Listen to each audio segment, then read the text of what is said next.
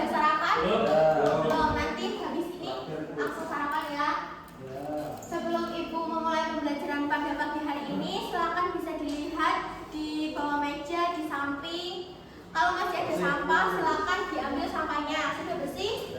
Yang pakaiannya belum rapi, silakan dirapikan terlebih dahulu. Sudah ya? Sebelum memulai pembelajaran pada pagi hari ini juga, alangkah lebih baiknya jika kita berdoa terlebih dahulu. Silakan Mbak Bilkis bisa dipimpin untuk berdoa.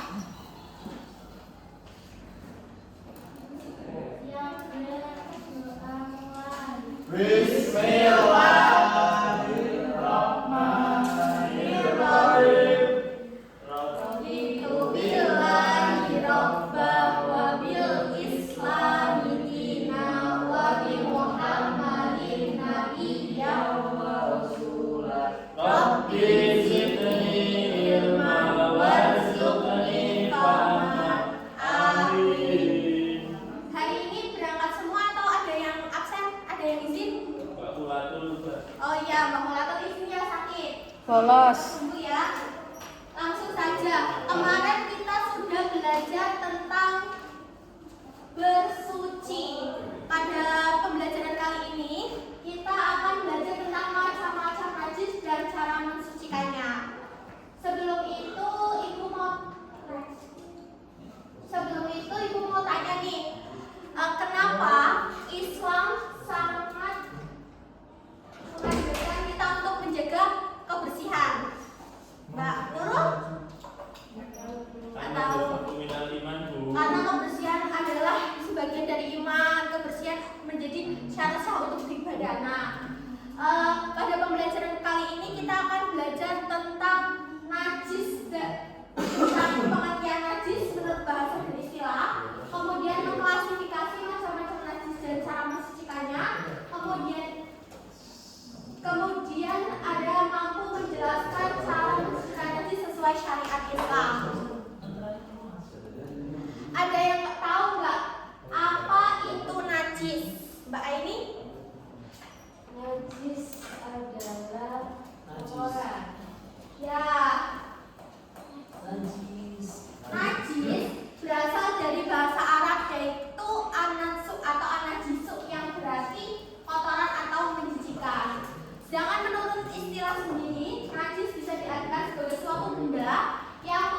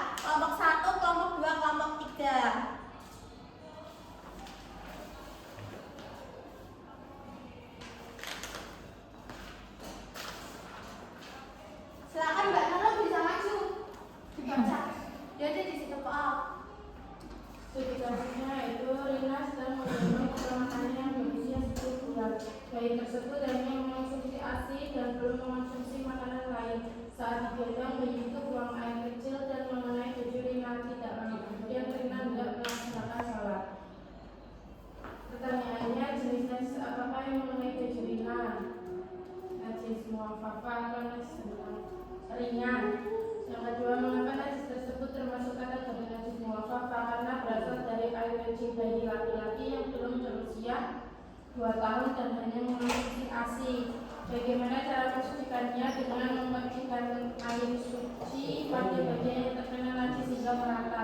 Apakah baju Rina dapat digunakan untuk sholat? Ya, setelah bagian yang terkena najis diperciki air sesuai ketentuan syariat. Oke, beri tepuk tangan pembantu.